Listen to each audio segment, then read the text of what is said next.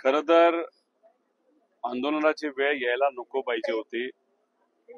कुठेतरी MIDC प्रांत अधिकारी आणि लोकांमध्ये संवादाचा अभाव इथं दिसतोय. कागदामध्ये सरळ सरळ शेतकऱ्याला काय पद्धतीचा विकसित प्लॉट हा दिला गेला पाहिजे असं स्पेसिफिकली लिहिलेलं आहे. आणि असं लिहिलं असताना सुद्धा जर त्यांना या शेतकऱ्यांना न्याय मिळत नसेल तर हे योग्य नाही. त्यामुळे कागदावर जे काय लिहिलेलं आहे त्या पद्धतीने त्यांना न्याय देणं तितकंच महत्वाचं आहे. त्याच्याच बरोबर आपण जर बघितलं तर इथं जी घर आहेत, गोठे आहेत, झाड आहेत, विहिरी आहेत, ह्या ज्या बाधित होतात त्याला अतिरिक्त पैसे हे द्यावेच लागतात. म्हणजे जमिनीला एक भाव तुम्ही जर काढला असेल तो भाव फक्त जमिनीचा असतो, पण वर ज्या काही गोष्टी असतात त्याला वेगळा रेट हा MIDC कडनं दिला जातो, नाहीतर प्रशासनाकडनं दिला जातो. पण या शेतकऱ्यांच्या बाबतीत तो दिला गेला नाही, नाहीतर त्याच्या बाबतीतली चर्चा होत नाही. ती चर्चा झाली पाहिजे आणि त्यांना त्या बाबतीत न्याय सुद्धा मिळाला पाहिजे. तिसरा जो मुद्दा आहे की तुम्ही शेतकऱ्याकडनं जमीन 4.5 लाख रुपये गुंठ्याला घेता आणि पुढे विकत असताना तुम्ही 3 ते 4 पट विकत असाल तर मग सरकारी एजन्सी MIDC सारखी त्याच्यावर नफा का करते असं शेतकऱ्यांचं मत आहे. मग त्यामुळेच त्यांना अतिरिक्त भाव हा त्यांच्या जमिनीचा मिळावा अशी त्यांची अजून एक मागणी आहे.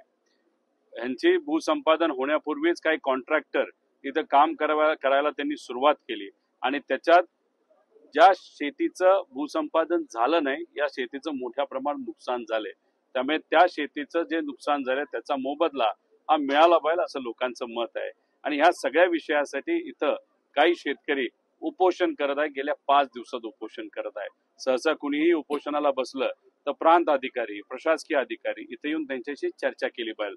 पण दुर्दैव असं गेल्या 5 दिवसामध्ये न आमदार न अधिकारी कुणीही यांना भेटण्यासाठी आलेलं नाही.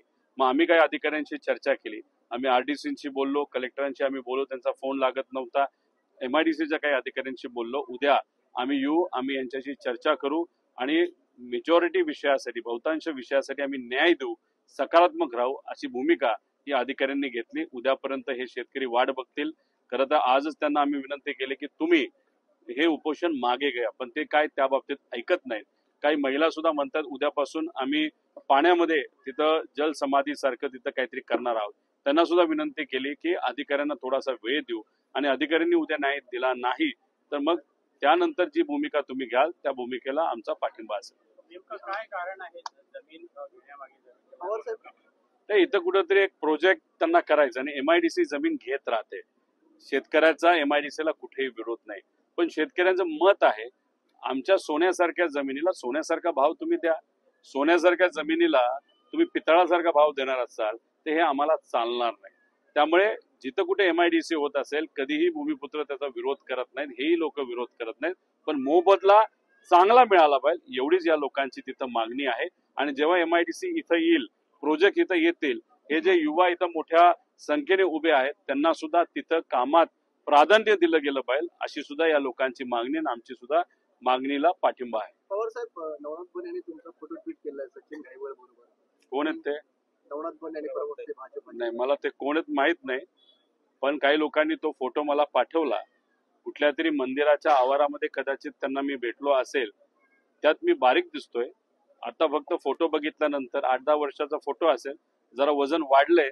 तो फोटो बघितल्यानंतर व्यायाम करावा लागेल आणि वजन कमी करावं लागेल एवढंच मला इथं वाटतं.